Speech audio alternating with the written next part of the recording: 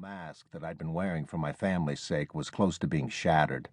Just to escape, I turned on the television and surfed from channel to channel, hoping to be distracted, and was startled to see a picture of myself on the local CBS affiliate. I turned the volume up in time to hear, "CBS has learned that former Carter aide, Hamilton Jordan, is in an Atlanta hospital and has been diagnosed with inoperable lung cancer."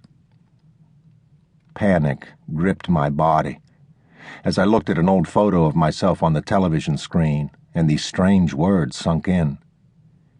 My mother's face dropped, and my sister watched me closely for a reaction. Then logic returned. If my doctor, who had just left my room, didn't know what I had, how in the hell did CBS News know? Like so many other times, the media had only half the story right. The panic caused by the news report subsided as we continued to wait. Suddenly my room was flooded with doctors, the oncologists, my pulmonary specialist, the radiologist. I tried to read them like a jury. One was smiling slightly. The others were not. What did it all mean? The radiologist broke the ice. "Hamilton, when more than one doctor comes into your room, it's usually pretty good news." All I ever wanted was a fighting chance. "Well, Mr. Jordan," my lead doctor said, "you certainly have that."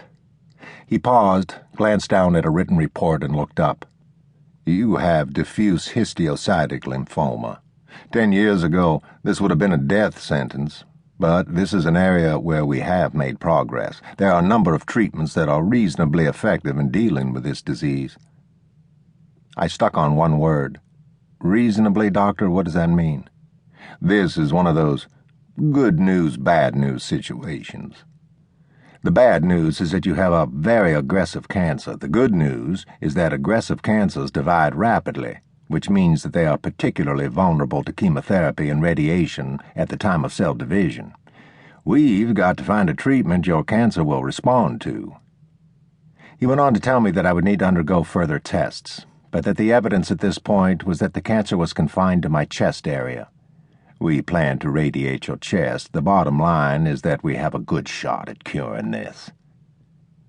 That was too vague, and I learned for the first of many times that cancer patients should only ask questions if they're prepared to hear the answer. "What is a good shot, doctor?" "Well, every patient is different. Just quantify it for me," I interrupted. "I don't like to use numbers, Mr. Jordan, but if you insist—" "I do," I said firmly.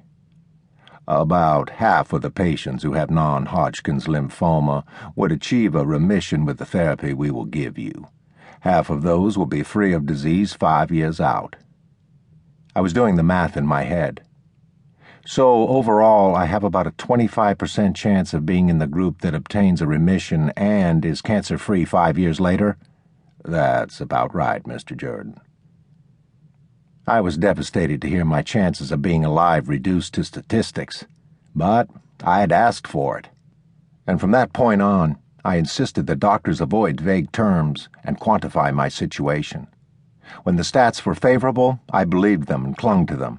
When they were discouraging, I either tossed them aside or made up my mind to be one of those who beat the odds.